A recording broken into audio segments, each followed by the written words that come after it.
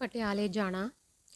ਇਹਨਾਂ ਦਿਨਾਂ ਵਿੱਚ ਰਾਜਾ ਸਾਹਿਬ ਸਿੰਘ ਵਾਲੀਏ ਪਟਿਆਲੇ ਤੇ ਰਾਜਾ ਜਸਵੰਤ ਸਿੰਘ ਨਾਭਾ ਵਿੱਚ ਵੈਰ ਪੈ ਗਿਆ, ਜਿਸ ਦਾ ਕਾਰਨ ਦਲਾਦੀ ਨਾਮੀ ਇੱਕ ਪਿੰਡ ਸੀ, ਜਿਸ ਉੱਤੇ ਨਾਭੇ ਵਾਲੇ ਆਪਣਾ ਹੱਕ ਸਮਝਦੇ ਸਨ ਤੇ ਪਟਿਆਲੇ ਵਾਲੇ ਇਸ ਤੇ ਆਪਣਾ ਕਬਜ਼ਾ ਦੱਸਦੇ ਸਨ।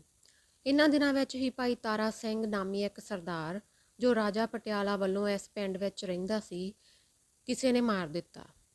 ਪਟਿਆਲੇ ਵੱਲੋਂ ਇਸ ਹੱਤਿਆ ਦਾ ਸ਼ੁਭਾ ਰਾਜਾ ਜਸਵੰਤ ਸਿੰਘ ਨਾਭਾ ਪਰ ਕੀਤਾ ਗਿਆ, ਜਿਸ ਦੇ ਕਾਰਨ ਇਹ ਵਿਰੋਧਤਾ ਇੱਥੋਂ ਤੱਕ ਵਧੀ ਕਿ ਦੋਹਾਂ ਰਾਜਿਆਂ ਨੇ ਆਪੋ ਆਪਣੀਆਂ ਫੌਜਾਂ ਪਿੰਡ ਲਾਗੇ ਇਕੱਠੀਆਂ ਕਰ ਦਿੱਤੀਆਂ ਤੇ ਲੜਾਈ ਲਈ ਤਿਆਰ ਹੋ ਗਏ। ਇਸ ਸਮੇਂ ਰਾਜਾ ਭਾਗ ਸਿੰਘ ਵਾਲੀਏ ਜੀਂਦ ਨੇ ਰਾਜਾ ਨਾਭਾ ਦਾ ਸਾਥ ਦਿੱਤਾ ਤੇ ਸਰਦਾਰ ਮਤਾਬ ਸਿੰਘ ਥਾਨੇਸਰ ਅਤੇ ਭਾਈ ਲਾਲ ਸਿੰਘ ਕੈਥਲ ਵਾਲੇ ਰਾਜਾ ਪਟਿਆਲੇ ਨਾਲ ਰਲੇ। ਹੁਣ ਲੱਗੀਆਂ ਨਿੱਕੀਆਂ ਨਿੱਕੀਆਂ ਝੜਪਾਂ ਹੋਣ। ਛੇਕੜ ਇੱਕ ਕਰੜੀ ਲੜਾਈ ਹੋਈ, ਜਿਸ ਵਿੱਚ ਸਰਦਾਰ ਮਤਾਬ ਸਿੰਘ ਥਾਨੇਸਰ ਮਾਰਿਆ ਗਿਆ। ਇਸ ਦੇ ਮਰਨੇ ਪਰ ਰਾਜਾ ਪਟਿਆਲਾ ਨੂੰ ਬੜਾ ਜੋਸ਼ ਆਇਆ ਅਤੇ ਮੈਦਾਨ ਵਿੱਚ ਆਪਣੀ ਹੋਰ ਫੌਜ ਭੇਜੀ। ਪਿੰਡ ਨਰਵਾਨਾ ਦੇ ਲਾਗੇ ਨਾਭੇ ਤੋਂ 6 ਮੀਲ ਪਰ ਇੱਕ ਡਾਢੀ ਲਹੂ ਡੋਲਵੀਂ ਲੜਾਈ ਹੋਈ ਤੇ ਦੋਹਾਂ ਧਿਰਾਂ ਨੇ ਭਾਰੀ ਨੁਕਸਾਨ ਉਠਾਇਆ। ਅਰਥਾਤ 105 ਜਵਾਨ ਦੋਹਾਂ ਪਾਸਿਆਂ ਦੇ ਇਸ ਸਮੇਂ ਖੇਤ ਰਹੇ। ਛੇਕੜ ਮੈਦਾਨ ਰਾਜਾ ਪਟਿਆਲਾ ਦੇ ਹੱਥ ਰਿਹਾ। ਹੁਣ ਇਹ ਦੁਖਦਾਈ ਬਖੇੜਾ ਵੱਧਦਾ ਦੇਖ ਕੇ ਦੋਹਾਂ ਧਿਰਾਂ ਦੇ ਮੁਖੀਆਂ ਨੇ ਇਹ ਸਲਾਹ ਠਹਿਰਾਈ ਕਿ ਮਹਾਰਾਜਾ ਰਣਜੀਤ ਸਿੰਘ ਨੂੰ ਇਹ ਦੁਖਦਾਈ ਮਾਮਲਾ ਦੱਸਿਆ ਜਾਏ ਤੇ ਉਹਨਾਂ ਨੂੰ ਕਿਸੇ ਤਰ੍ਹਾਂ ਇੱਥੇ ਲੈ ਆਂਦਾ ਜਾਏ, ਤਾਂ ਜੋ ਉਹ ਦੋਹਾਂ ਰਿਆਸਤਾਂ ਦੇ ਝਗੜੇ ਮੁਕਾ ਜਾਣ ਤੇ ਜਿਸ ਦਾ ਹੱਕ ਸਮਝਣ ਪਿੰਡ ਉਸ ਦੇ ਹਵਾਲੇ ਕਰ ਦੇਣ। ਇਸ ਸਮਝੌਤੇ ਦੇ ਬਾਅਦ ਦੋਹਾਂ ਰਾਜਿਆਂ ਨੇ ਆਪੋ ਆਪਣੇ ਵਕੀਲ ਮਹਾਰਾਜ ਸਾਹਿਬ ਦੇ ਦਰਬਾਰ ਵਿੱਚ ਲਾਹੌਰ ਭੇਜੇ। ਇਹਨਾਂ ਨੇ ਆ ਕੇ ਮਹਾਰਾਜਾ ਨੂੰ ਸਾਰਾ ਹਾਲ ਦੱਸਿਆ ਤੇ ਉੱਥੇ ਜਾਣ ਲਈ ਬੇਨਤੀ ਕੀਤੀ। ਨਾਲ ਹੀ ਇਹ ਪ੍ਰਗਟ ਕੀਤਾ ਕਿ ਜੇ ਆਪ ਥੋੜੇ ਦਿਨਾਂ ਵਿੱਚ ਉੱਥੇ ਨਾ ਪਹੁੰਚੇ ਤਾਂ ਹਜ਼ਾਰਾਂ ਸਿੱਖਾਂ ਦੀਆਂ ਜਾਨਾਂ ਦੋਹਾਂ ਧਿਰਾਂ ਵੱਲੋਂ ਬੇਅਰਥ ਜਾਣ ਦਾ ਡਰ ਹੈ। ਕਹਿੰਦੇ ਹਨ ਕਿ ਮਹਾਰਾਜਾ ਸਾਹਿਬ ਨੇ ਜਦ ਆਪਣੇ ਭਾਈਆਂ ਦੀ ਇਹ ਭਿਆਨਕ ਦਸ਼ਾ ਸੁਣੀ ਤਾਂ ਉਹ ਆਪਣੇ ਕਈ ਜ਼ਰੂਰੀ ਕੰਮ ਛੱਡ ਕੇ ਅਤ ਗਰਮੀਆਂ ਦੀ ਰੁੱਤ ਵਿੱਚ ਇਸ ਦੁਬਦਾ ਨੂੰ ਮਿਟਾਉਣ ਲਈ ਤਿਆਰ ਹੋ ਕੇ ਤੁਰ ਪਏ ਅਤੇ 28 ਜੁਲਾਈ ਸਨ 1806 ਈਸਵੀ ਨੂੰ ਫੂਲਬੰਸੀ ਰਾਜਿਆਂ ਦੇ ਕੋਲ ਪਹੁੰਚ ਗਏ। ਲਿਖਿਆ ਹੈ ਕਿ ਮਹਾਰਾਜਾ ਸਾਹਿਬ ਨਾਲ 20,000 ਜਵਾਨਾਂ ਦੇ ਲਗਭਗ ਭੀੜ ਭਾੜ ਸੀ। ਅੱਗੋਂ ਦੋਵੇਂ ਰਾਜੇ ਪ੍ਰਾਹੁਣਚਾਰੀ ਦੀਆਂ ਭਾਰੀ ਤਿਆਰੀਆਂ ਕਰਵਾ ਕੇ ਬੜੇ ਪਿਆਰ ਨਾਲ ਮਿਲੇ। ਕੁਝ ਦਿਨ ਉੱਥੇ ਰਹਿਣ ਮਗਰੋਂ ਮਹਾਰਾਜਾ ਸਾਹਿਬ ਨੇ ਸਾਰਾ ਸਮਾਚਾਰ ਦੋਹਾਂ ਧਿਰਾਂ ਤੋਂ ਸੁਣਿਆ ਤੇ ਪੂਰੀ ਪੁੱਛ-ਭਾਲ ਦੇ ਬਾਅਦ ਦੁਲਾਦੀ ਪਿੰਡ ਦਾ ਹੱਕਦਾਰ ਰਾਜਾ ਪਟਿਆਲਾ ਨੂੰ ਮੰਨਿਆ ਤੇ ਪਿੰਡ ਉਸ ਨੂੰ ਦੇ ਦਿੱਤਾ। ਲਾਹੌਰ ਵੱਲ ਪਰਤਦੇ ਹੋਏ ਰਾਜਾ ਨਾਭਾ ਨੂੰ ਕੋਟ ਬੱਸੀਆਂ, ਤਲਵੰਡੀ ਤੇ ਜਗਰਾਓਂ ਸਣੇ 38 ਪਿੰਡਾਂ ਦੇ ਇਲਾਕੇ, ਜਿਨ੍ਹਾਂ ਦੀ ਆਮਦਨੀ 23,530 ਰੁਪਏ ਸੀ, ਫਤਿਹ ਕਰਕੇ ਦੇ ਦਿੱਤੇ। ਇਸ ਤਰ੍ਹਾਂ ਰਾਜਾ ਜੀਂਦ ਨੂੰ ਲੁਧਿਆਣਾ ਸਣੇ ਤਾਲਕੇ ਦੇ ਪਿੰਡਾਂ ਦੇ ਬਖਸ਼ ਦਿੱਤਾ। ਇਹਨਾਂ ਤੋਂ ਛੁੱਟ ਸਰਦਾਰ ਫਤਿਹ ਸਿੰਘ ਆਹਲੂਵਾਲੀਆ ਤੇ ਜਨਰਲ ਮੁਹਕਮ ਚੰਦ ਨੂੰ ਵੀ ਬਹੁਤ ਸਾਰਾ ਇਲਾਕਾ ਦਿੱਤਾ। ਇਸ ਤਰ੍ਹਾਂ ਇਹਨਾਂ ਰਾਜਿਆਂ ਦਾ ਫੈਸਲਾ ਕਰਵਾ ਕੇ ਮਹਾਰਾਜਾ ਸਾਹਿਬ ਸਤਲੁਜ ਤੋਂ ਇਸ ਪਾਰ ਆਏ ਤੇ ਆਉਂਦੇ ਹੋਏ ਜਲੰਧਰ ਦੇ ਇਲਾਕੇ ਵਿੱਚ ਕੁਝ ਦਿਨ ਸ਼ਿਕਾਰ ਵਿੱਚ ਗੁਜ਼ਾਰੇ। ਅੱਗੇ ਗੱਲ ਕਰਦੇ ਹਾਂ ਸ਼ੇਰੇ ਪੰਜਾਬ ਨੇ ਕਾਂਗੜਾ ਦੀ ਸਹਾਇਤਾ ਕਿਵੇਂ ਕੀਤੀ। ਮਹਾਰਾਜਾ ਸਾਹਿਬ ਅਜੇ ਜਲੰਧਰ ਦੇ ਇਲਾਕੇ ਵਿੱਚ ਹੀ ਸਨ ਕਿ ਇੱਥੇ ਸੰਸਾਰ ਚੰਦ ਵਾਲੀਏ ਕਾਂਗੜੇ ਦਾ ਨਿੱਕਾ ਭਾਈ ਮਹਾਰਾਜਾ ਦੀ ਸੇਵਾ ਵਿੱਚ ਹਾਜ਼ਰ ਹੋਇਆ ਤੇ ਬੇਨਤੀ ਕੀਤੀ ਕਿ ਜਰਨੈਲ ਅਮਰ ਸਿੰਘ ਥਾਪਾ ਸੈਨਾਪਤੀ ਵਾਲੀਏ ਨੇਪਾਲ ਭਾਰੀ ਗੋਰਖਾ ਫੌਜ ਲੈ ਕੇ ਪਹਾੜੀ ਇਲਾਕੇ ਪਰ ਚੜ੍ਹ ਆਇਆ ਹੈ। ਕਈ ਛੋਟੀਆਂ ਰਿਆਸਤਾਂ ਸਰਮੌਰ ਤੇ ਨਾਲਾਗੜ੍ਹ ਆਦਿ ਦਾ ਇਲਾਕਾ ਫਤਿਹ ਕਰਕੇ ਦਬਾ ਚੁੱਕਾ ਹੈ ਅਤੇ ਹੁਣ ਕਾਂਗੜੇ ਤੇ ਆ ਪਿਆ ਹੈ। ਰਾਜਾ ਸੰਸਾਰ ਚੰਦ ਆਪਣੇ ਵਿੱਚ ਉਹਨਾਂ ਦੇ ਟਾਕਰੇ ਦੀ ਸ਼ਕਤੀ ਨਾ ਵੇਖ ਕੇ ਆਪ ਕਿਲ੍ਹਾ ਬੰਦ ਹੋ ਬੈਠਾ ਹੈ, ਪਰ ਉਹਨਾਂ ਦੇ ਨਿੱਤ ਦੇ ਧਾਵਿਆਂ ਤੋਂ ਡਰ ਹੈ ਕਿ ਉਹ ਕਿਲ੍ਹੇ ਨੂੰ ਫਤਿਹ ਕਰ ਲੈਣਗੇ ਤੇ ਸਾਡਾ ਰਾਜ ਭਾਗ ਜਾਂਦਾ ਰਹੇਗਾ। ਰਾਜਾ ਸੰਸਾਰ ਚੰਦ ਨੇ ਮੈਨੂੰ ਸਰਕਾਰ ਦੀ ਸੇਵਾ ਵਿੱਚ ਭੇਜਿਆ ਹੈ ਕਿ ਆਪ ਇਸ ਸਮੇਂ ਸਾਡੀ ਸਹਾਇਤਾ ਕਰਕੇ ਸਾਨੂੰ ਇਸ ਭਾਰੀ ਔਕੜ ਤੋਂ ਬਚਾ ਲਵੋ। ਮਹਾਰਾਜ ਸਾਹਿਬ ਨੇ ਉਸ ਦੀ ਦੀਨਤਾ ਨੂੰ ਵੇਖ ਕੇ ਇੱਥੋਂ ਹੀ ਸਣੇ ਆਪਣੀ ਬਲਵਾਨ ਫੌਜ ਦੇ ਸਿੱਧੇ ਉਸ ਦੀ ਰੱਖਿਆ ਲਈ ਕਾਂਗੜੇ ਵੱਲ ਕੂਚ ਕਰ ਦਿੱਤਾ। ਮਹਾਰਾਜਾ ਸਾਹਿਬ ਅਤੇ ਕਾਂਗੜੇ ਅਜੇ ਕਾਂਗੜੇ ਤੋਂ ਦੂਰ ਹੀ ਸਨ ਕਿ ਗੋਰਖਾ ਫੌਜ ਦੇ ਸੈਨਾਪਤੀ ਨੇ ਮਹਾਰਾਜੇ ਦੇ ਪਹੁੰਚ ਜਾਣ ਦੀ ਖਬਰ ਸੁਣੀ ਤਾਂ ਇੰਨਾ ਘਬਰਾਇਆ ਜਿਸ ਦੀ ਕੋਈ ਹੱਦ ਨਹੀਂ ਸੀ। ਉਸਨੇ ਝੱਟ ਆਪਣਾ ਇੱਕ ਭਰੋਸੇਯੋਗ ਵਕੀਲ, ਜਿਸ ਦਾ ਨਾਮ ਜ਼ੋਰਾਵਰ ਸਿੰਘ ਸੀ, ਮਹਾਰਾਜਾ ਦੀ ਸੇਵਾ ਵਿੱਚ ਭੇਜਿਆ ਤੇ ਉਸਨੇ ਆ ਕੇ ਸੰਸਾਰ ਚੰਦ ਦੀ ਸਹਾਇਤਾ ਨਾ ਕਰਨ ਲਈ ਬੜੀਆਂ ਬੇਨਤੀਆਂ ਕੀਤੀਆਂ ਤੇ ਇਹ ਵੀ ਕਿਹਾ ਕਿ ਅਸੀਂ ਸਾਰੀ ਆਯੂ ਧੰਨਵਾਦੀ ਰਹਿਣ ਤੋਂ ਛੁੱਟ ਸੰਸਾਰ ਚੰਦ ਦੇ ਨਜ਼ਰਾਨੇ ਤੋਂ ਦੂਣੀ ਰਕਮ ਹਾਜ਼ਰ ਕਰਨ ਲਈ ਤਿਆਰ ਹਾਂ। ਸਰਕਾਰ ਸਾਥੋਂ ਦੂਣੀ ਭੇਟ ਲੈ ਕੇ ਪਿਛਾਂਹ ਪਰਤ ਜਾਏ। ਸ਼ੇਰ ਦਿਲ ਮਹਾਰਾਜੇ ਨੇ ਇਸ ਦਾ ਉੱਤਰ ਜ਼ੋਰਾਵਰ ਸਿੰਘ ਨੂੰ ਡਾਢਾ ਦੋ ਟੁੱਕ ਦਿੱਤਾ ਕਿਹਾ, ਅਸੀਂ ਜਿਸ ਨਾਲ ਪਹਿਲੇ ਬਚਨ ਕਰ ਚੁੱਕੇ ਹਾਂ, ਚਾਹੇ ਹੁਣ ਦੂਣੀ ਨਹੀਂ ਦਸੂਣੀ ਰਕਮ ਵੀ ਦੇਵੋ, ਤਦ ਵੀ ਆਪਣਾ ਵਾਕ ਭੰਗ ਨਹੀਂ ਕਰਾਂਗੇ। ਮਹਾਰਾਜਾ ਦਾ ਇਹ ਉੱਤਰ ਸੁਣ ਕੇ ਜ਼ੋਰਾਵਰ ਸਿੰਘ ਲੱਜਿਤ ਹੋ ਕੇ ਪਰਤ ਗਿਆ। ਅਗਲੇ ਦਿਨ ਖਾਲਸਾ ਦਲ ਅੱਗੇ ਵਧਿਆ ਅਤੇ ਹੁਣ ਜਦ ਅਮਰ ਸਿੰਘ ਨੇ ਮਹਾਰਾਜੇ ਦਾ ਉੱਤਰ ਸੁਣਿਆ ਤਾਂ ਉਸ ਪਰ ਮਹਾਰਾਜੇ ਦਾ ਐਸਾ ਦਬਦਬਾ ਛਾਇਆ ਕਿ ਉਸਨੇ ਰਾਤੋਂ ਰਾਤ ਕਾਂਗੜੇ ਦੇ ਕਿਲੇ ਤੋਂ ਘੇਰਾ ਚੁੱਕ ਲਿਆ ਤੇ ਜਾਨ ਬਚਾ ਕੇ ਆਪਣੇ ਦੇਸ਼ ਵੱਲ ਪਰਤ ਗਿਆ। ਇਉਂ ਸੰਸਾਰ ਚੰਦ ਨੂੰ ਆਪਣਾ ਇਲਾਕਾ ਮੁੜ ਦਵਾ ਕੇ ਮਹਾਰਾਜਾ ਲਾਹੌਰ ਵੱਲ ਨੂੰ ਪਰਤ ਆਇਆ। ਅੱਗੇ ਹੈ ਕਸੂਰ ਨੂੰ ਫਤਿਹ ਕਰਨਾ। ਸੰਮਤ 1864 ਬਿਕਰਮੀ ਸੰਨ 1807 ਈਸਵੀ ਦੇ ਆਰੰਭ ਵਿੱਚ ਸ਼ਾਹੀ ਸੂਹੀਏ ਨੇ ਖਬਰ ਦਿੱਤੀ ਕਿ ਨਵਾਬ ਕੁਤਬਦੀਨ ਕਸੂਰੀਏ ਨੇ ਆਪਣੇ ਅਹਿਦਨਾਮੇ ਵਿਰੁੱਧ ਨਵਾਬ ਮੁਜ਼ੱਫਰ ਖਾਨ ਮੁਲਤਾਨੀ ਨਾਲ ਗੋਂਦ ਗੁੰਦੀ ਹੈ ਕਿ ਇਹਨਾਂ ਦਿਨਾਂ ਵਿੱਚ ਇਸਲਾਮੀ ਝੰਡਾ ਖੜਾ ਕਰਕੇ ਦੋਹਾਂ ਨਵਾਬਾਂ ਦੀਆਂ ਸੰਮਿਲਿਤ ਫੌਜਾਂ ਤੇ ਬਹੁਤ ਸਾਰੇ ਮੁਲਕੀ ਰਾਜਾਂ ਨੂੰ ਇਕੱਠਾ ਕਰਕੇ ਮਹਾਰਾਜੇ ਨਾਲ ਲੜਾਈ ਲੜੀ ਜਾਏ। ਦੂਜਾ, ਕੁਤਬਦੀਨ ਨੇ ਕਸੂਰ ਦੇ ਇਲਾਕੇ ਦੇ ਸਿੱਖਾਂ ਪਰ ਅੱਤ ਦੀ ਸਖਤੀ ਕਰਨੀ ਆਰੰਭ ਦਿੱਤੀ ਹੈ। ਇਸ ਗੱਲ ਦਾ ਪਤਾ ਕਰਨ ਲਈ ਤੇ ਨਵਾਬ ਦੀ ਸਿੱਖ ਪ੍ਰਜਾ ਨੂੰ ਜ਼ੁਲਮ ਤੋਂ ਬਚਾਉਣ ਲਈ ਮਹਾਰਾਜਾ ਨੇ ਫਕੀਰ ਅਜੀਜ਼ੁਦੀਨ ਨੂੰ ਵਿਚੋਲਾ ਥਾਪ ਕੇ ਕਸੂਰ ਭੇਜਿਆ। ਪਰ ਅੱਗੋਂ ਇਸ ਗੱਲ ਦੀ ਥਾਂ ਕਿ ਕੁਤਬਦੀਨ ਉਸਦੇ ਸ਼ੰਕੇ ਨਿਵਰਤ ਕਰਦਾ, ਉਲਟਾ ਉਹ ਉਸਨੂੰ ਡਾਢਾ ਲੋਹਾ ਲਾਖਾ ਹੋ ਕੇ ਮਿਲਿਆ ਤੇ ਉਸਨੂੰ ਸਿੱਖਾਂ ਦੀ ਨੌਕਰੀ ਕਰਨ ਲਈ ਕੁਝ ਅਯੋਗ ਬਚਨ ਕਹੇ। ਫਕੀਰ ਅਜ਼ੀਜ਼ੁਦੀਨ ਨਵਾਬ ਦਾ ਇਹ ਅਯੋਗ ਵਰਤਾਵ ਦੇਖ ਕੇ ਲਾਹੌਰ ਨੂੰ ਪਰਤ ਆਇਆ ਤੇ ਸਾਰੀ ਵਿਥਿਆ ਮਹਾਰਾਜਾ ਸਾਹਿਬ ਨੂੰ ਕਹਿ ਸੁਣਾਈ।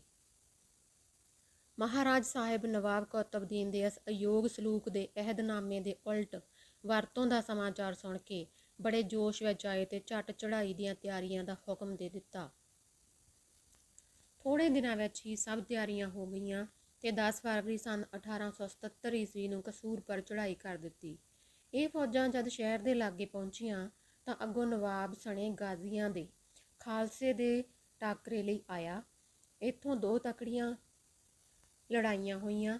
ਇਹਨਾਂ ਦੋਹਾਂ ਵਿੱਚੋਂ ਨਵਾਬ ਦੇ ਪੈਰ ਉਖੜ ਗਏ ਤੇ ਮੈਦਾਨ ਖਾਲਸੇ ਦੇ ਹੱਥ ਰਿਹਾ। ਨਵਾਬ ਇੱਥੋਂ ਨੱਸ ਕੇ ਗਾਜ਼ੀਆਂ ਦੇ ਕਿਲੇ ਵਿੱਚ ਆਕੀ ਹੋ ਬੈਠਾ। ਖਾਲਸੇ ਨੇ ਕਿਲੇ ਨੂੰ ਜਾ ਘੇਰਾ ਘੱਤਿਆ ਤੇ ਤੋਪਾਂ ਬੀੜ ਕੇ ਲੱਗੇ ਗੋਲੇ ਵਸਾਣ। ਅੰਦਰੋਂ ਕੁਤਬਦੀਨ ਵੀ ਬੜੀ ਦਲੇਰੀ ਨਾਲ ਲੜਦਾ ਰਿਹਾ ਤੇ ਕਿਲੇ ਨੂੰ ਕਈ ਦਿਨ ਤੱਕ ਬਚਾਈ ਰੱਖਿਆ। ਹੁਣ ਜਦ ਲੜਾਈ ਜਰਾ ਲਮਕ ਗਈ ਤਾਂ ਸ਼ੇਰੇ ਪੰਜਾਬ ਨੇ ਇੱਕ ਰਾਤ ਨੂੰ ਖਾਲਸੇ ਦਾ ਇੱਕ ਚੋਣਵਾਂ ਜੁੱਟ ਕਿਲੇ ਦੀ ਦੀਵਾਰ ਹੇਠਾਂ ਸੁਰੰਗਾਂ ਪੁੱਟਣ ਲਾ ਦਿੱਤਾ ਤੇ ਇਹਨਾਂ ਵਿੱਚ ਰਾਤੋਂ ਰਾਤ ਬਾਰੂਦ ਭਰ ਕੇ ਸਵੇਰ ਹੁੰਦਿਆਂ ਪਲੀਤੇ ਦਾਗੇ ਗਏ ਤੇ ਕਿਲੇ ਦੀ ਲਹਿੰਦੀ ਬਾਹੀ ਧਰਤੀ ਤੇ ਆ ਪਈ। ਬਸ ਇਸ ਸਮੇਂ ਨੂੰ ਅਮੋਲਕ ਜਾਣ ਦੇ ਉੱਪਰੋਂ ਖਾਲਸੇ ਵੱਲੋਂ ਹੱਲਾ ਕੀਤਾ ਗਿਆ ਤੇ ਪਲ ਵਿੱਚ ਖਾਲਸਾ ਦਲ ਕਿਲੇ ਵਿੱਚ ਜਾ ਵੜਿਆ। ਕਿਲੇ ਵਿੱਚ ਗਾਜ਼ੀਆਂ ਨੇ ਖੂਬ ਤਲਵਾਰ ਚਲਾਈ ਪਰ ਸਿੰਘਾਂ ਦੇ ਅਮਿੱਟ ਜੋਸ਼ ਅੱਗੇ ਉਹਨਾਂ ਦੀ ਕੁਝ ਵੀ ਨਾ ਚੱਲ ਸਕੀ ਤੇ ਹੁਣ ਸਾਰੇ ਕਿਲੇ ਪਰ ਮਹਾਰਾਜਾ ਦਾ ਅਧਿਕਾਰ ਹੋ ਗਿਆ। ਨਵਾਬ ਕੁਤਬਦੀਨ ਭੱਜਦਾ ਹੋਇਆ ਫੜਿਆ ਗਿਆ ਅਤੇ ਮਹਾਰਾਜੇ ਦੀ ਹਜ਼ੂਰੀ ਵਿੱਚ ਹਾਜ਼ਰ ਕੀਤਾ ਗਿਆ ਤਾਂ ਬੜੀ ਅਧੀਨਗੀ ਨਾਲ ਸ਼ੇਰੇ ਪੰਜਾਬ ਤੋਂ ਜਾਨ ਬਖਸ਼ੀ ਚਾਹੀ। ਮਹਾਰਾਜਾ ਸਾਹਿਬ ਨੇ ਉਸ ਦੀ ਬੇਨਤੀ ਮੰਨ ਲਈ ਅਤੇ ਉਸ ਦੀ ਜਾਨ ਬਖਸ਼ੀ ਕਰਕੇ ਉਸ ਨੂੰ ਸਤਲੁਜ ਤੋਂ ਪਾਰ ਮਮਦੋਟ ਦਾ ਇਲਾਕਾ ਨਿਰਬਾਹ ਲਈ ਜਾਗੀਰ ਵਜੋਂ ਬਖਸ਼ ਦਿੱਤਾ। ਇਸ ਜੰਗ ਵਿੱਚ ਅਕਾਲੀ ਫੂਲਾ ਸਿੰਘ ਜੀ, ਸਰਦਾਰ ਨਿਹਾਲ ਸਿੰਘ ਅਟਾਰੀ ਵਾਲੇ ਤੇ ਨੌਜਵਾਨ ਸਰਦਾਰ ਹਰੀ ਸਿੰਘ ਨਲੂਏ ਨੇ ਬੜੀ ਵੀਰਤਾ ਤੋਂ ਕੰਮ ਲਿਆ।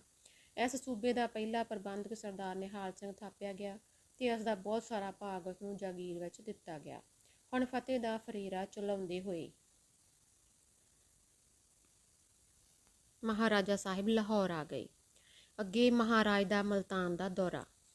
ਕਸੂਰ ਦੀ ਫਤਿਹ ਤੋਂ ਵਿਹਲੇ ਹੋ ਕੇ ਪਹਿਲਾ ਕੰਮ ਜੋ ਮਹਾਰਾਜੇ ਨੇ ਕੀਤਾ ਉਹ ਨਵਾਬ ਮੁਜ਼ੱਫਰ ਖਾਨ ਮੁਲਤਾਨੀ ਨੂੰ ਉਸ ਦੇ ਅਯੋਗ ਵਰਤਾਵ ਬਦਲੇ ਦੰਡ ਦੇਣਾ ਸੀ। ਇੱਥੋਂ 15 ਦਿਨ ਠਹਿਰਨ ਦੇ ਬਾਅਦ ਨਵੀਆਂ ਤਿਆਰੀਆਂ ਕਰਕੇ ਤੇ ਸੱਜਰ ਸ਼ਾਹ ਫੌਜ ਨਾਲ ਲੈ ਕੇ 15 ਮਾਰਚ ਸੰਨ 1807 ਈਸਵੀ ਨੂੰ ਮੁਲਤਾਨ ਵੱਲ ਕੂਚ ਕੀਤਾ ਅਤੇ ਜਾਂਦੇ ਹੀ ਸ਼ਹਿਰ ਦੇ ਲਾਗੇ ਜਾ ਡੇਰੇ ਲਾਏ। ਇੱਥੋਂ ਫਤਿਹ ਸਿੰਘ ਕਾਲਿਆਂ ਵਾਲੇ ਨੂੰ ਵਿਚੋਲਾ ਥਾਪ ਕੇ ਨਵਾਬ ਵੱਲ ਭੇਜਿਆ ਕਿ ਨਵਾਬ ਨੂੰ ਦੱਸੇ ਕਿ ਉਸਨੇ ਅਹਿਦਨਾਮਾ ਲਿਖ ਕੇ ਦਿੱਤਾ ਸੀ ਕਿ ਅੱਗੇ ਨੂੰ ਸਿੱਖ ਰਾਜ ਦਾ ਸ਼ੁਭ ਚਿੰਤਕ ਰਹੇਗਾ, ਪਰ ਉਸਨੇ ਉੱਪਰ ਥੱਲੇ ਜਾਣ ਬੁੱਝ ਕੇ ਕਈ ਕੁ ਅਯੋਗ ਕੰਮ ਕੀਤੇ ਹਨ। ਅਰਥਾਤ ਇੱਕ ਤਾਂ ਉਸਨੇ ਸਾਡੇ ਵੈਰੀ ਅਹਿਮਦ ਖਾਨ ਸਿਆਲ ਨੂੰ ਆਪਣੇ ਪਾਸ ਪਨਾਹ ਦਿੱਤੀ ਸੀ, ਦੂਜਾ ਹੁਣ ਕੁਤਬਦੀਨ ਕਸੂਰੀਏ ਨਾਲ ਮਿਲ ਕੇ ਖਾਲਸਾ ਰਾਜ ਦੇ ਵਿਰੁੱਧ ਗੋਂਦਾਂ ਗੁੰਨਦਾ ਰਿਹਾ ਹੈ।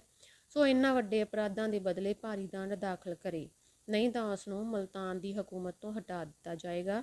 ਉਸਨੇ ਮਿੱਤਰਤਾ ਦਾ ਅਹਿਦਨਾਮਾ ਆਪ ਤੋੜ ਦਿੱਤਾ ਹੈ। ਮੁਜ਼ੱਫਰ ਖਾਨ ਨੇ ਜਦ ਮਹਾਰਾਜੇ ਦਾ ਹੁਕਮ ਸਰਦਾਰ ਫਤਿਹ ਸਿੰਘ ਦੇ ਮੂੰਹੋਂ ਸੁਣਿਆ ਤਾਂ ਉਹ ਆਪਣੀ ਕਰਤੂਤ ਪਰ ਅਤਿਅੰਤ ਲੱਜਿਤ ਹੋਇਆ ਤੇ ਬੜੀ ਨਿਮਰਤਾ ਨਾਲ ਕਹਿਣ ਲੱਗਾ ਕਿ ਮੇਰਾ ਪਿਛਲਾ ਅਪਰਾਧ ਬਖਸ਼ਿਆ ਜਾਏ ਤੇ ਜੋ ਦੰਡ ਮਹਾਰਾਜਾ ਸਾਹਿਬ ਯੋਗ ਸਮਝਣ ਮੈਂ ਭਰਨ ਨੂੰ ਤਿਆਰ ਹਾਂ, ਪਰ ਮੈਨੂੰ ਇਲਾਕੇ ਤੋਂ ਨਾ ਕੱਢਿਆ ਜਾਏ। ਦੋਸ਼ ਉਸ ਦਾ ਬਹੁਤ ਵੱਡਾ ਸੀ, ਪਰ ਉਸ ਦੀਆਂ ਇੰਨੀਆਂ ਬਿਲਕਣੀਆਂ ਸੁਣ ਕੇ ਮਹਾਰਾਜਾ ਨੇ ਆਪਣੇ ਬਖਸ਼ੀਸ਼ ਸੁਭਾਅ ਅਨੁਸਾਰ ਉਸ ਨਾਲ ਖਿਮਾਪੂਰਤ ਵਰਤਾਓ ਕੀਤਾ, ਅਰਥਾਤ ਕੇਵਲ 7700 ਰੁਪਇਆ ਉਸ ਤੋਂ ਚੱਟੀ ਵਜੋਂ ਲਿਆ ਗਿਆ। ਇਸ ਦੇ ਉਪਰੰਤ ਮਹਾਰਾਜਾ ਸਾਹਿਬ ਨੇ ਇਲਾਕਾ ਬਹਾਵਲਪੁਰ ਵੱਲ ਕੂਚ ਕੀਤਾ। ਨਵਾਬ ਬਹਾਵਲਪੁਰ ਨੇ ਜਦ ਮਹਾਰਾਜਾ ਸਾਹਿਬ ਦੇ ਆਉਣ ਦੀ ਖਬਰ ਸੁਣੀ ਤਾਂ ਤੁਰੰਤ ਆਪਣਾ ਵਕੀਲ ਮਹਾਰਾਜੇ ਦੀ ਸੇਵਾ ਵਿੱਚ ਭੇਜਿਆ ਅਤੇ ਕਿਹਾ ਕਿ ਉਹ ਸਭ ਤਰ੍ਹਾਂ ਦੀ ਸੇਵਾ ਲਈ ਹਾਜ਼ਰ ਹੈ। ਜੋ ਨਜ਼ਰਾਨਾ ਉਸ ਉੱਪਰ ਠਹਿਰਾਇਆ ਜਾਏ ਉਹ ਖੁਸ਼ੀ ਨਾਲ ਦੇਣ ਲਈ ਤਿਆਰ ਹੈ। ਸ਼ੇਰੇ ਪੰਜਾਬ ਨਿਰਾਪੁਰਾ ਲੜਾਈਆਂ ਦਾ ਭੁੱਖਾ ਨਹੀਂ। ਜਦ ਕੋਈ ਹਿੱਤੋਂ ਚਿੱਤੋਂ ਨਿਮਰਤਾ ਨਾਲ ਉਸ ਅੱਗੇ ਝੁਕਦਾ ਤਦ ਉਹ ਸਦਾ ਉਸ ਨਾਲ ਕਿਰਪਾਲਤਾ ਦਾ ਵਰਤਾਓ ਕਰਦਾ ਹੁੰਦਾ ਸੀ। ਨਵਾਬ ਬਹਾਵਲਪੁਰ ਦਾ ਚੰਗਾ ਵਰਤਾਵ ਦੇਖ ਕੇ ਮਹਾਰਾਜਾ ਨੇ ਫਕੀਰ ਅਜ਼ੀਜ਼ੁਦੀਨ ਦੇ ਹੱਥੀਂ ਉਸ ਲਈ ਬਹੁਮੁੱਲੀ ਖਿਲਤ ਭਿਜਵਾਈ। ਨਵਾਬ ਫਕੀਰ ਜੀ ਨੂੰ ਬੜੇ ਪਿਆਰ ਨਾਲ ਮਿਲਿਆ। ਸ਼ਹਿਰ ਤੋਂ ਬਹੁਤ ਬਾਹਰ ਆਪ ਸਣੇ ਦਰਬਾਰੀਆਂ ਦੇ ਫਕੀਰ ਜੀ ਦੇ ਸਵਾਗਤ ਲਈ ਆਇਆ ਅਤੇ ਇੱਕ ਬੜੇ ਦਰਬਾਰ ਵਿੱਚ ਮਹਾਰਾਜਾ ਸਾਹਿਬ ਦੀ ਖਿਲਤ ਪਹਿਨ ਕੇ ਬੜਾ ਪ੍ਰਸੰਨਤ ਹੋਇਆ। ਮਹਾਰਾਜਾ ਸਾਹਿਬ ਬਹਾਵਲਪੁਰ ਦੇ ਇਲਾਕੇ ਵਿੱਚ ਕੁਝ ਦਿਨ ਸ਼ਿਕਾਰ ਖੇਡ ਕੇ ਲਾਹੌਰ ਪਰਤ ਆਇਆ। ਇਸ ਦੌਰ ਦੇ ਬਾਅਦ ਲਾਹੌਰ ਵਿੱਚ ਮਹਾਰਾਜਾ ਸਾਹਿਬ ਨੇ ਤੋਪਾਂ ਅਤੇ ਬੰਦੂਕਾਂ ਢਾਲਣ ਦਾ ਹੋਰ ਨਵਾਂ ਕਾਰਖਾਨਾ ਲਾਇਆ, ਜੋ ਸੂਬਾ ਸਿੰਘ ਦੇ ਕਾਰਖਾਨੇ ਦੇ ਨਾਮ ਪਰ ਪ੍ਰਸਿੱਧ ਸੀ। ਇਸ ਤੋਂ ਛੁੱਟ ਬਾਰੂਦ ਅਤੇ ਗੋਲੀਆਂ ਦਾ ਕਾਰਖਾਨਾ ਚਾਲੂ ਕੀਤਾ, ਜਿਸ ਨਾਲ ਰਾਜ ਦੀਆਂ ਸਾਰੀਆਂ ਲੋੜਾਂ ਪੂਰੀਆਂ ਹੋਣ ਲੱਗੀਆਂ। ਅੱਗੇ ਗੱਲ ਕਰਦੇ ਹਾਂ ਮਹਾਰਾਜੇ ਦਾ ਦੂਜੀ ਵਾਰ ਪਟਿਆਲੇ ਜਾਣਾ। ਸੰਨ 1807 ਈਸਵੀ ਦੀਆਂ ਗਰਮੀਆਂ ਵਿੱਚ ਰਾਜਾ ਸਾਹਿਬ ਸਿੰਘ ਵਾਲੀਏ ਪਟਿਆਲਾ ਅਤੇ ਉਸ ਦੀ ਰਾਣੀ ਆਸ ਕੌਰ ਵਿੱਚ ਕਈ ਘਰੋਗੀ ਮਸਲਿਆਂ ਦੇ ਕਾਰਨ ਐਸਾ ਵਿਰੋਧ ਵਧਿਆ ਕਿ ਜਿਸ ਦਾ ਮਿਟਣਾ ਬੜਾ ਹੀ ਕਠਿਨ ਹੋ ਗਿਆ। ਰਾਣੀ ਚਾਹੁੰਦੀ ਸੀ ਕਿ ਰਾਜਾ ਉਸ ਦੇ ਪੁੱਤਰ ਕਰਮ ਸਿੰਘ ਨੂੰ ਰਾਜ ਤਿਲਕ ਦੇ ਦੇਵੇ, ਪਰ ਰਾਜਾ ਆਪਣੇ ਜਿਉਂਦੇ ਜੀ ਇੰਝ ਕਰਨ ਨੂੰ ਰਾਜ਼ੀ ਨਹੀਂ ਸੀ। ਇਸ ਕੋਝੇ ਝਗੜੇ ਵਿੱਚ ਕੁਝ ਫੌਜ ਦੇ ਸਰਦਾਰ ਰਾਜਾ ਵੱਲ ਹੋ ਖੜੋਤੇ ਅਤੇ ਕੁਝ ਫੌਜ ਦੇ ਕਰਮਚਾਰੀਆਂ ਨੇ ਰਾਣੀ ਦਾ ਪੱਖ ਲਿਆ। ਇਸ ਦਾ ਸਿੱਟਾ ਇਹ ਨਿਕਲਿਆ ਕਿ ਖੁੱਲ੍ਹਮ ਖੁੱਲ੍ਹੇ ਇੱਕ ਵੱਡੇ ਟਾਕਰੇ ਦੇ ਹੋਣ ਦੀਆਂ ਤਿਆਰੀਆਂ ਹੋਣ ਲੱਗੀਆਂ, ਪਰ ਵਿੱਚ ਵਿਚਾਲੇ ਕੁਝ ਕੁ ਮੁਖੀ ਭਲੇ ਲੋਕ ਵੀ ਸਨ ਜਿਨ੍ਹਾਂ ਨੇ ਇਸ ਘਰੋਗੀ ਝਗੜੇ ਨੂੰ ਅਯੋਗ ਸਮਝ ਕੇ ਮਿਟਾਉਣਾ ਚਾਹਿਆ ਅਤੇ ਦੋਵੇਂ ਧਿਰਾਂ ਇਸ ਗੱਲ ਤੇ ਰਾਜ਼ੀ ਹੋ ਗਈਆਂ ਕਿ ਮਹਾਰਾਜਾ ਰਣਜੀਤ ਸਿੰਘ ਇੱਥੇ ਦਰਸ਼ਨ ਦੇਣ ਤੇ ਉਹ ਆ ਕੇ ਜਿਵੇਂ ਯੋਗ ਸਮਝਣ ਫੈਸਲਾ ਦੇਣ। ਇਸ ਗੱਲ ਨੂੰ ਸਾਰੇ ਚੰਗੀ ਤਰ੍ਹਾਂ ਜਾਣਦੇ ਸਨ ਕਿ ਇਹ ਉਲਝਣ ਬਿਨਾਂ ਸ਼ੇਰੇ ਪੰਜਾਬ ਦੇ ਹੋਰ ਕੋਈ ਨਹੀਂ ਸੀ ਸੁਲਝਾ ਸਕਦਾ। ਸੋ ਇਸ ਸੋਚ ਅਨੁਸਾਰ ਪਟਿਆਲੇ ਦਾ ਵਕੀਲ ਮਹਾਰਾਜਾ ਕੋਲ ਪਹੁੰਚਿਆ ਅਤੇ ਰਾਜਾ ਰਾਣੀ ਦੇ ਝਗੜੇ ਦੀ ਸਾਰੀ ਵਾਰਤਾ ਕਹਿ ਸੁਣਾਈ। ਯੋਗ ਤਿਆਰੀਆਂ ਦੇ ਬਾਅਦ ਮਹਾਰਾਜਾ ਸਾਹਿਬ ਲਾਹੌਰ ਤੋਂ ਕੂਚ ਕਰਕੇ ਸਣੇ ਫੌਜਾਂ ਦੇ 1807 ਈਸਵੀ ਨੂੰ ਪਟਿਆਲੇ ਪਹੁੰਚ ਗਏ। ਜਦ ਰਾਜਾ ਸਾਹਿਬ ਨੂੰ ਮਹਾਰਾਜਾ ਸਾਹਿਬ ਦੇ ਆਉਣ ਦੀ ਖਬਰ ਪਹੁੰਚੀ ਤਦ ਉਹ ਸਣੇ ਆਪਣੇ ਵਜ਼ੀਰਾਂ ਦੇ ਮਹਾਰਾਜਾ ਦੇ ਸਵਾਗਤ ਲਈ ਸ਼ਹਿਰ ਤੋਂ ਬਾਹਰ ਆਇਆ ਅਤੇ ਮਹਾਰਾਜੇ ਨੂੰ ਭਾਰੀ ਸਨਮਾਨ ਨਾਲ ਸ਼ਹਿਰ ਵਿੱਚ ਲੈ ਗਿਆ। ਇੱਥੇ ਮਹਾਰਾਜੇ ਦੇ ਉਤਾਰੇ ਲਈ ਕਈ ਦਿਨਾਂ ਤੋਂ ਪਟਿਆਲੇ ਦੇ ਪ੍ਰਸਿੱਧ ਬਾਗ ਵਿੱਚ ਸਜਾਵਟਾਂ ਅਰ ਤਿਆਰੀਆਂ ਹੋ ਰਹੀਆਂ ਸਨ ਅਤੇ ਇੱਥੇ ਹੀ ਉਸ ਨੂੰ ਉਤਾਰਾ ਦਿੱਤਾ ਗਿਆ। ਕੁਝ ਦਿਨ ਠਹਿਰਨ ਦੇ ਉਪਰੰਤ ਮਹਾਰਾਜਾ ਸਾਹਿਬ ਨੇ ਝਗੜੇ ਮੁਕਾਉਣ ਵੱਲ ਧਿਆਨ ਦਿੱਤਾ ਅਤੇ ਇਸ ਦੇ ਹਰ ਇੱਕ ਪੱਖ ਨੂੰ ਵਿਚਾਰ ਕੇ ਇਹ ਫੈਸਲਾ ਕੀਤਾ ਕਿ ਪਟਿਆਲੇ ਦੀ ਰਾਜਗੱਦੀ ਪਰ ਰਾਜਾ ਸਾਹਿਬ ਹੀ ਸੁਸ਼ੋਭਿਤ ਰਹੇ ਅਤੇ ਰਾਣੀ ਜੋ ਆਪਣੇ ਪੁੱਤਰ ਟਿੱਕਾ ਕਰਮ ਸਿੰਘ ਨਾਲ ਰਹਿਣਾ ਚਾਹੁੰਦੀ ਸੀ ਉਸ ਨੂੰ 50,000 ਰੁਪਇਆ ਵਾਰਸ਼ਿਕ ਜਾਗੀਰ ਦਿਵਾ ਦਿੱਤੀ, ਜਿਸ ਵਿੱਚ ਬਨੌਰ, ਮਨੀ ਮਾਜਰਾ, ਸਨੌਰ, ਸਗਲੀ, ਬਿਸੌਲੀ ਅਤੇ ਮੀਨਾਰ ਥਲ ਦਾ ਤਲਕਾ ਸੰਮਿਲਿਤ ਸੀ। ਇਸ ਯੋਗ ਫੈਸਲੇ ਨਾਲ ਦੋਵੇਂ ਧਿਰਾਂ ਰਾਜ਼ੀ ਹੋ ਗਈਆਂ। ਹੁਣ ਮਹਾਰਾਜਾ ਕੁਝ ਦਿਨ ਇੱਥੇ ਠਹਿਰ ਕੇ ਪਿੱਛੇ ਨੂੰ ਪਰਤ ਆਇਆ। ਇਸ ਸਮੇਂ ਰਾਜਾ ਪਟਿਆਲਾ ਨੇ ਮਹਾਰਾਜਾ ਸਾਹਿਬ ਦੀ ਬੜੇ ਉਤਸ਼ਾਹ ਨਾਲ ਪ੍ਰਾਹੁਣਚਾਰੀ ਕੀਤੀ। ਸ਼ੇਰੇ ਪੰਜਾਬ ਦੀ ਸਾਰੀ ਫੌਜ ਦਾ ਰਸਦ ਪਾਣੀ ਦਾ ਖਰਚ ਆਪਣੇ ਪਾਸੋਂ ਦਿੱਤਾ। ਵਿਦਾਇਗੀ ਸਮੇਂ ਨਿਯਮ ਅਨੁਸਾਰ ਭੇਟਾਵਾਂ ਸਾਹਮਣੇ ਆਈਆਂ, ਜਿਨ੍ਹਾਂ ਵਿੱਚ ਇੱਕ ਪਿੱਤਲ ਦੀ ਤੋਪ ਕੜਾ ਖਾਨ ਤੇ ਇੱਕ ਮੋਤੀਆਂ ਦੀ ਮਾਲਾ ਜਿਸ ਵਿੱਚ ਇੱਕ ਬਹੁਮੁੱਲਾ ਨਗ ਪਿਆ ਹੋਇਆ ਸੀ। ਇਸ ਸਮੇਂ ਇੱਕ ਬੜੀ ਅਚਰਜ ਘਟਨਾ ਵੇਖਣ ਵਿੱਚ ਆਈ। ਇਹ ਮਾਲਾ ਰਾਜਾ ਸਾਹਿਬ ਨੇ ਸ਼ੇਰੇ ਪੰਜਾਬ ਦੇ ਗਲ ਇੱਕ ਵੱਡੇ ਦਰਬਾਰ ਵਿੱਚ ਪਹਿਨਾਈ ਤਾਂ ਇਸ ਸਮੇਂ ਟਿੱਕਾ ਕਰਮ ਸਿੰਘ ਸ਼ੇਰੇ ਪੰਜਾਬ ਦੀ ਗੋਦੀ ਵਿੱਚ ਆ ਬੈਠਾ। ਇਸ ਨੇ ਜਦ ਇਹ ਮਾਲਾ ਮਹਾਰਾਜਾ ਸਾਹਿਬ ਦੇ ਗਲੇ ਵਿੱਚ ਸਜੀ ਹੋਈ ਡਿੱਠੀ ਤਾਂ ਇਸ ਨੇ ਭੋਲੇ ਭਾਵ ਕਿਹਾ, ਸਿੰਘ ਸਾਹਿਬ ਜੀ, ਇਹ ਮਾਲਾ ਤਾਂ ਮੇਰੀ ਹੈ। ਕਹਿੰਦੇ ਹਨ ਬੱਚੇ ਦੇ ਮੂੰਹੋਂ ਇਹ ਬਚਨ ਸੁਣ ਕੇ ਉਦਾਰ ਚਿਤ ਮਹਾਰਾਜੇ ਤੋਂ ਰਿਹਾ ਨਾ ਗਿਆ। ਤੁਰੰਤ ਉਹ ਮਾਲਾ ਆਪਣੇ ਗਲੋਂ ਲਾਹ ਕੇ ਸ਼ਹਿਜ਼ਾਦਾ ਕਰਮ ਸਿੰਘ ਦੇ ਗਲ ਪਾ ਦਿੱਤੀ ਤੇ ਆਖਿਆ, ਲਾਲ ਜੀ, ਜੇ ਇਹ ਤੇਰੀ ਹੈ ਤਾਂ ਤੇਰੀ ਹੋਈ। ਇਸ ਅਦਭੁਤ ਘਟਨਾ ਦਾ ਸਾਰੇ ਦਰਬਾਰੀਆਂ ਤੇ ਸ਼ੇਰੇ ਪੰਜਾਬ ਦੇ ਪਿਆਰ ਦਾ ਇੰਨਾ ਪ੍ਰਭਾਵ ਪਿਆ ਕਿ ਸਾਰੇ ਵਾਹ ਵਾਹ ਕਰ ਉੱਠੇ। ਰਾਜਾ ਸਾਹਿਬ ਸਿੰਘ ਨੇ ਕੰਵਰ ਦੇ ਗਲੋਂ ਮਾਲਾ ਲਾ ਕੇ ਮੁੜ ਮਹਾਰਾਜੇ ਦੀ ਭੇਟਾ ਕਰਨੀ ਚਾਹੀ, ਪਰ ਸਰਕਾਰ ਨੇ ਲੈਣ ਤੋਂ ਨਾ ਕਰ ਦਿੱਤੀ। ਇਸ ਮਾਲਾ ਦਾ ਮੁੱਲ 70,000 ਰੁਪਇਆ ਸੀ। ਅਗਲੇ ਦਿਨ ਪਟਿਆਲੇ ਤੋਂ ਤੁਰ ਕੇ ਮਹਾਰਾਜਾ ਅੰਬਾਲੇ ਪਹੁੰਚਿਆ।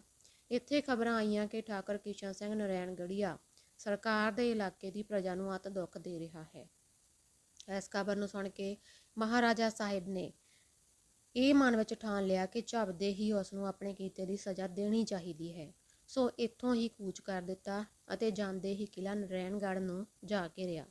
ਇਹ ਕਿਲ੍ਹਾ ਬੜਾ ਪੱਕਾ ਬਣਿਆ ਹੋਇਆ ਸੀ ਅਤੇ ਇਸ ਦੇ ਕਈ ਉੱਚੇ ਦਮਦਮਿਆਂ ਵਿੱਚ ਭਾਰੀ ਤੋਪਾਂ ਲੱਗੀਆਂ ਹੋਈਆਂ ਸਨ, ਜਿਨ੍ਹਾਂ ਦੀ ਮਾਰ ਬਹੁਤ ਦੂਰ ਤੱਕ ਪੈਂਦੀ ਸੀ। ਠਾਕੁਰ ਕਿਸ਼ਨ ਸਿੰਘ ਨੇ ਜਦ ਧਾਵੇ ਦੀ ਖਬਰ ਸੁਣੀ ਤਾਂ ਉਸਨੇ ਵੀ ਆਪਣੀ ਰੱਖਿਆ ਲਈ ਜੋ ਕੁਝ ਉਸ ਤੋਂ ਹੋ ਸਕਿਆ ਕੀਤਾ ਅਤੇ ਆਪਣੀਆਂ ਤੋਪਾਂ ਤੋਂ ਚੰਗਾ ਕੰਮ ਲਿਆ। ਇੰਨੇ ਨੂੰ ਸਰਦਾਰ ਫਤਿਹ ਸਿੰਘ ਕਾਲਿਆਂਵਾਲਾ ਇੱਕ ਦਸਤਾ ਫੌਜ ਲੈ ਕੇ ਅੱਗੇ ਵਧਿਆ ਤਾਂ ਜੋ ਵੈਰੀ ਦੀਆਂ ਤੋਪਾਂ ਦਾ ਕਬਜ਼ਾ ਕਰੇ। ਇਹ ਬਹਾਦਰ ਸਰਦਾਰ ਸਣੇ ਆਪਣੇ ਜੱਥੇ ਦੇ ਬੜੀ ਵੀਰਤਾ ਨਾਲ ਅੱਗੇ ਵਧ ਕੇ ਤੋਪਖਾਨੇ ਤੇ ਟੁੱਟ ਪਿਆ। ਮਹਾਰਾਜਾ ਸਾਹਿਬ ਇੱਕ ਉੱਚੀ ਥਾਂ ਤੋਂ ਦੂਰਬੀਨ ਨਾਲ ਲੜਾਈ ਦਾ ਰੰਗ ਵੇਖ ਰਹੇ ਸਨ। ਹੁਣ ਸਰਦਾਰ ਫਤਿਹ ਸਿੰਘ ਦੇ ਦਸਤੇ ਨੇ ਤੋਪਾਂ ਵੈਰੀ ਤੋਂ ਖੋਹ ਲਈਆਂ। ਅਜੇ ਇਹ ਤੋਪਾਂ ਸਰਦਾਰ ਫਤਿਹ ਸਿੰਘ ਆਪਣੇ ਵੱਲ ਖਿਚਵਾ ਰਿਹਾ ਸੀ ਕਿ ਇੰਨੇ ਨੂੰ ਸਾਹਮਣੇ ਪਾਸੇ ਤੋਂ ਇੱਕ ਗੋਲੀ ਆਈ ਜੋ ਸਰਦਾਰ ਫਤਿਹ ਸਿੰਘ ਨੂੰ ਛਾਤੀ ਵਿੱਚ ਲੱਗੀ, ਜਿਸ ਦੀ ਕਰੜੀ ਸੱਟ ਨਾਲ ਉਸਨੇ ਉੱਥੇ ਹੀ ਪ੍ਰਾਣ ਤਿਆਗ ਦਿੱਤੇ। ਮਹਾਰਾਜਾ ਸਾਹਿਬ ਨੂੰ ਇਸ ਬਹਾਦਰ ਸਰਦਾਰ ਦੀ ਮੌਤ ਦਾ ਬਹੁਤ ਸ਼ੋਕ ਹੋਇਆ ਤੇ ਝੱਟ ਇੱਕ ਹੋਰ ਦਸਤਾ ਅੱਗੇ ਵਧਾ ਕੇ ਕਿਲ੍ਹੇ ਤੇ ਐਸਾ ਗੋਲੀਆਂ ਦਾ ਮੀਂਹ ਵਸਾਇਆ ਕਿ ਕਿਲ੍ਹੇ ਦੀ ਦੱਖਣੀ ਬਾਹੀ ਛੇਕੋ ਛੇਕ ਹੋ ਗਈ। ਹੁਣ ਉੱਪਰੋਂ ਉੱਡਵਾਂ ਧਾਵਾ ਕਰਕੇ ਕਿਲ੍ਹੇ ਨੂੰ ਆਪਣੇ ਕਬਜ਼ੇ ਵਿੱਚ ਕਰ ਲਿਆ। ਠਾਕੁਰ ਕਿਸ਼ਨ ਸਿੰਘ ਆਪਣੀ ਜਾਨ ਬਚਾ ਕੇ ਪਿੱਛੇ ਹਟ ਗਿਆ ਤੇ ਉਸ ਦਾ ਇਲਾਕਾ ਸਰਦਾਰ ਫਤਿਹ ਸਿੰਘ ਆਹਲੂਵਾਲੀਏ ਨੂੰ ਜਗੀਰ ਵਿੱਚ ਦੇ ਦਿੱਤਾ। ਇੱਥੋਂ ਹੁੰਦੇ ਹੋਏ ਨੌਸ਼ਹਿਰਾ, ਮੋਰਿੰਡਾ, ਬਹਿਲੋਲਪੁਰ ਆਦਿ ਇਲਾਕਾ ਸੋਧ ਕੇ ਮਹਾਰਾਜਾ ਸਾਹਿਬ ਦੇ ਲਾਹੌਰ ਪਹੁੰਚਣ ਦੀ ਤਾਰੀਖ 4 ਦਸੰਬਰ 1807 ਈਸਵੀ ਹੈ। ਮਹਾਰਾਜਾ ਸਾਹਿਬ ਜਦ ਲਾਹੌਰ ਪਹੁੰਚੇ ਤਾਂ ਇਹਨਾਂ ਦਿਨਾਂ ਵਿੱਚ ਹੀ ਰਾਣੀ ਮਹਿਤਾਬ ਕੌਰ ਨੇ ਜੌੜੇ ਪੁੱਤਰ ਜੰਮੇ। ਇਸ ਖੁਸ਼ੀ ਦੇ ਸਮੇਂ ਮਹਾਰਾਜਾ ਨੇ ਹਜ਼ਾਰਾਂ ਰੁਪਏ ਦਾਨ ਕੀਤੇ ਅਤੇ ਸ਼ਹਿਜ਼ਾਦਿਆਂ ਦੇ ਨਾਮ ਗੁਰੂ ਆਸ਼ੇ ਅਨੁਸਾਰ ਸ਼ੇਰ ਸਿੰਘ ਤੇ ਤਾਰਾ ਸਿੰਘ ਰੱਖੇ ਗਏ। ਅੱਗੇ ਪਹਾੜੀ ਇਲਾਕੇ ਦੀ ਸੁਧਵਾਈ।